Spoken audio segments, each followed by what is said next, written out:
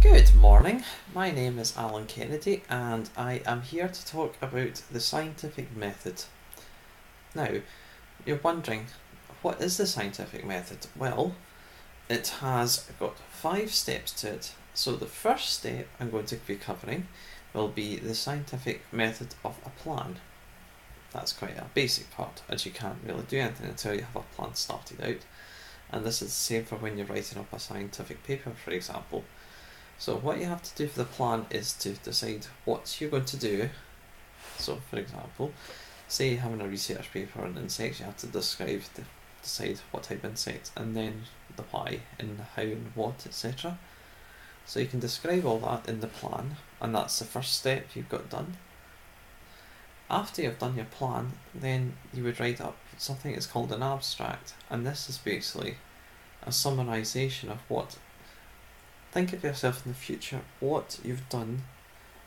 You're going to describe like an introduction, then you would cover like what materials, methods you covered, and then you're going to go through the results and discuss them before you might cover your references and what you used to get there. After which, you're going to now introduce your topic. So you would have an introduction, and for myself, unlike most, say your plan is the paper you want to investigate, whether the type of beetle, for example, lives on the bark of a tree, you would have a null hypothesis saying that the work you're doing will not prove this is true. And the reason why you'd have a null hypothesis is because it's easier in science to prove that something did not happen than something did happen. And that's part of the reason why it's so difficult to get people to agree to things in science, for example, like global warming, but that's an entirely different topic. Also, in your introduction, once you've stated your null hypothesis, you will then discuss like some of the background to the topic, other areas, other papers that have been done, previous research, and then what you're planning to achieve by completing this work. Once you've done your introduction, your null hypothesis all covered, you now go into materials and methods area, and this is where you describe what you did, what you needed to do it. So for example, you would describe like how many beetles you did, the type of work you did, and this is quite important because you want the work to be replicatable, and this is a must for any scientific paper. As you don't have any materials or methods of what you did, then they will not accept it because it's a requirement.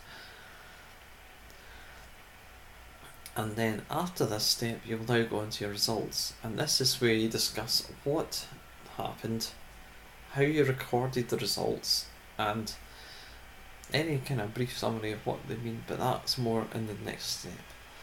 Once you've covered all the results you've got, you'll now go into discussing the discussion. Incredibly, not discussing the discussion, but yes, you will.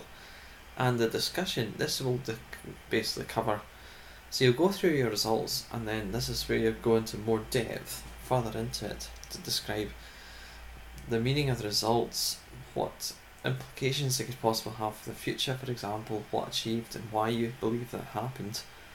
And then also you can link it into any potential future research in the area or any other areas it has implications in.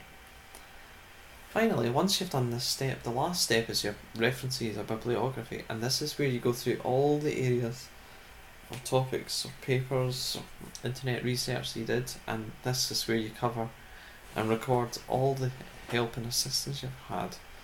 And this is quite important as to make sure you've not plagiarised stuff, and especially important at university level, as plagiarising can lead to failure of a paper or even potential expulsion if it's intentional. Okay, so, well, I hope that was a very useful topic on the research papers and the scientific method and how it's used. I hope you enjoyed that, and thank you, and leave any comments in below. Thank you for watching, and my name is Alan Kennedy, and I hope you keep watching my videos. Thank you.